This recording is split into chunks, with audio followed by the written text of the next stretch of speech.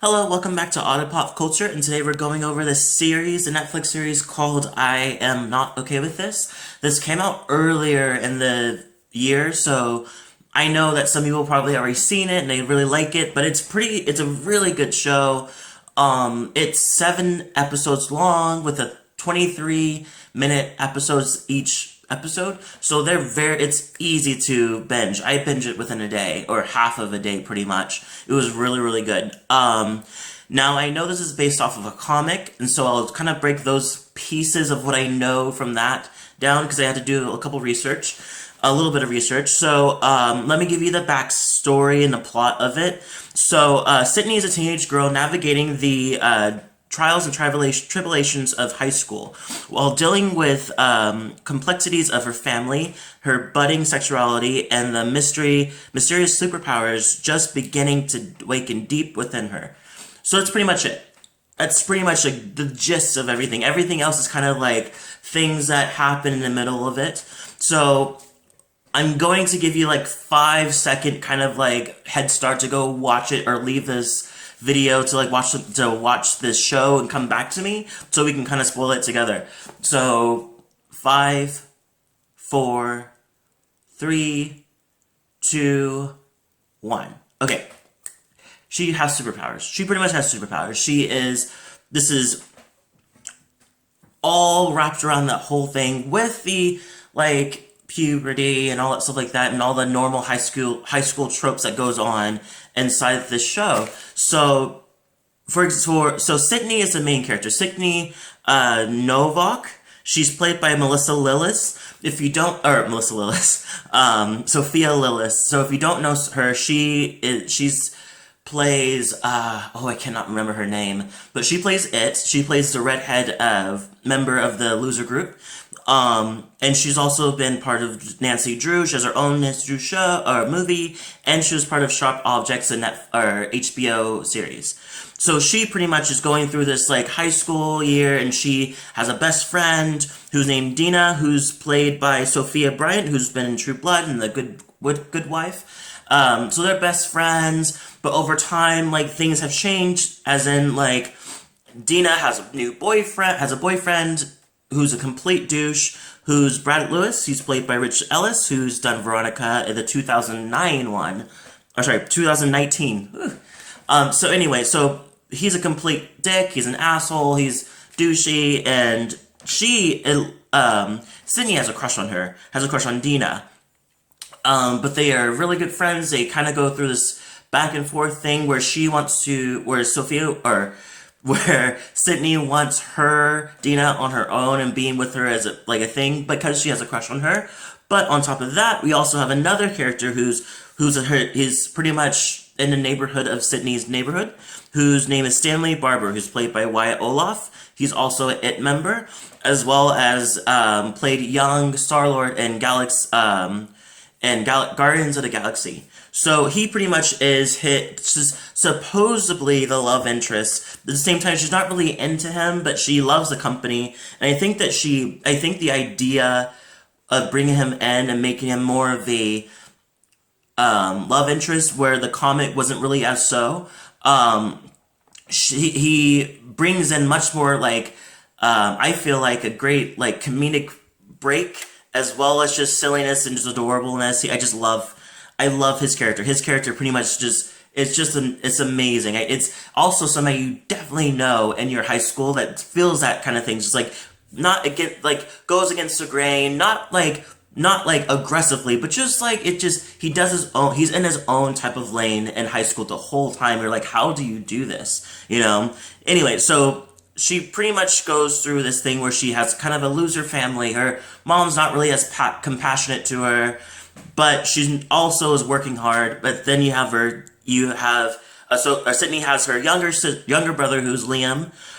Name is Liam, and he pretty much just like he's being bullied and everything. And while this is happening, there's just powers that just bubbling inside of Sydney, to the point where she like gets so angry. She's walking home, she throws a rock at this stop sign, and it like just falls apart. Pretty much it goes all the way through where she kind of like tries to announce her sexuality towards Dina, and I think she kisses her at one point, and Dina kind of reacts. But I gotta remember because it's been a while since I've seen it. I should have just rewatched it before doing a review, but my mistake. But she ends up kissing her, walks away, but Dina runs away, but then comes back saying that it's not entirely what she made it seem like she was okay with it, but just nervous about it. Because they kind of have a weird kind of, I don't know, like the way that they left it off made it seem like she was down for it herself, but just kind of wasn't really, because of the norms of society, she's not going to go for it. But at the same time, she also seemed like, you know what, we can be friends. I know you're into me, but we can't do that kind of thing.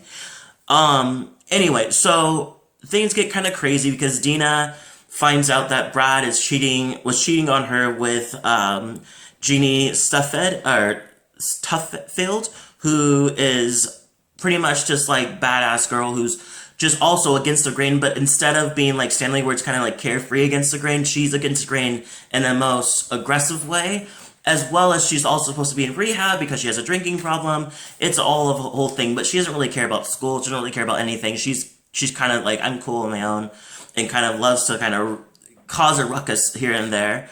So Sydney finds out, tells Dina, Dina finds out, or Dina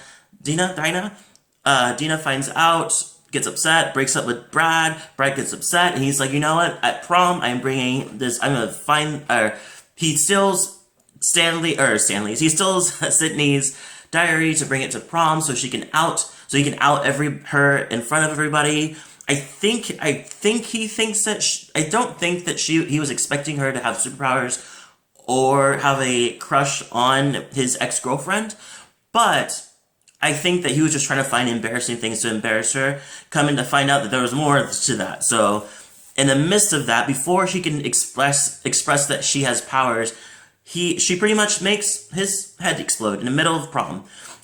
She runs away, she runs off, or walks off in a kind of a very Carrie, kind of blood over her body kind of look, which is really, really nice. And then she ends up at this watchtower, or light tower, where she pretty much meets this shadow guy that's been following her throughout the series, and he's like, let's begin. And then that's completely shows that it's going to be a season 2. But there's a side note thing with this, is that she, in the comic, is much darker, and there's also a couple other characters that were inside of it, but in the end of the comic, which is a 30-minute comic, it's not really that long. She pretty much goes to a point where she notices that her powers keep popping out in random places and they're really causing a lot of harm. So after the explosion of the guy's head, which didn't really happen in comics, what happens is that she gives him an aneurysm when confronting him. So the diary thing didn't really entirely happen, but after that, she kind of realizes that that these powers are just hard to control and that she doesn't know when it's happening. So she uses the same powers to go to the same light tower to explode her own head and leaves a suicidal note and stuff like that. So it's very, very bleak. But in this show, they moved away from it and maybe going towards a direction where they're going to have possibly make her be like a prodigy to the Mystery Man, or maybe the Mystery Man is her dad who died in war, or who didn't die in war, which is a side note, who died, which is side note with that. So he actually died. He had a whole thing where he might have had powers because when he went to war, everybody died around him except for him, and in the comic he caused that, and on top of, so he was so affected by the war that when he got home, he begged Sydney to pretty much kill him because he knew that she had powers. So she does. She explodes his head, I think, too. It seems to be a trend. So, but the other part is that the show makes it seem like he just he caused suicide towards himself. But we don't know exactly what's going on with the dad since in the series. So I'm really excited to see what's going to happen. But I really like it. It was very sweet and short, straight to the point. I loved it. Leave a comment below. Tell me what you thought about it. Did you like it? Did you not like it? Are you excited to see more? If you're a comic fan of the comic, I would love you to hear. I love if you would be honest in that terms and see how you feel about the adaptation of it. Do you agree with it? Do you wish? Do you think they should have actually like gave her the bleak ending that she has in the comic? I also think that my personal thought on it is that feel free to elaborate with me with this, but I feel like the idea of having a suicidal end would be great because I think that it gives you a conversation to talk about the issues of teenage angst and stuff like that. And there's been times there's a lot of kids, there's a lot of teenagers that do feel suicidal, and I think that should be it. I think having that happen would open a lot of conversation, but I also feel like it would. I think because they want a season 2, they can't really technically do that, but they could technically do that at the season 2 by stretching it out to where she has so much stuff that happens that they add on that she ends up with the same result. So, but yes, that, and on top of that, I definitely want Liam to have powers eventually because I think that he deserves it. He was bullied. He's such a sweet kid. But anyway, so yeah, so leave a comment below. Tell me what you think about that and that theory too. And I hope everybody has a great week, and I'll see you all in the next video.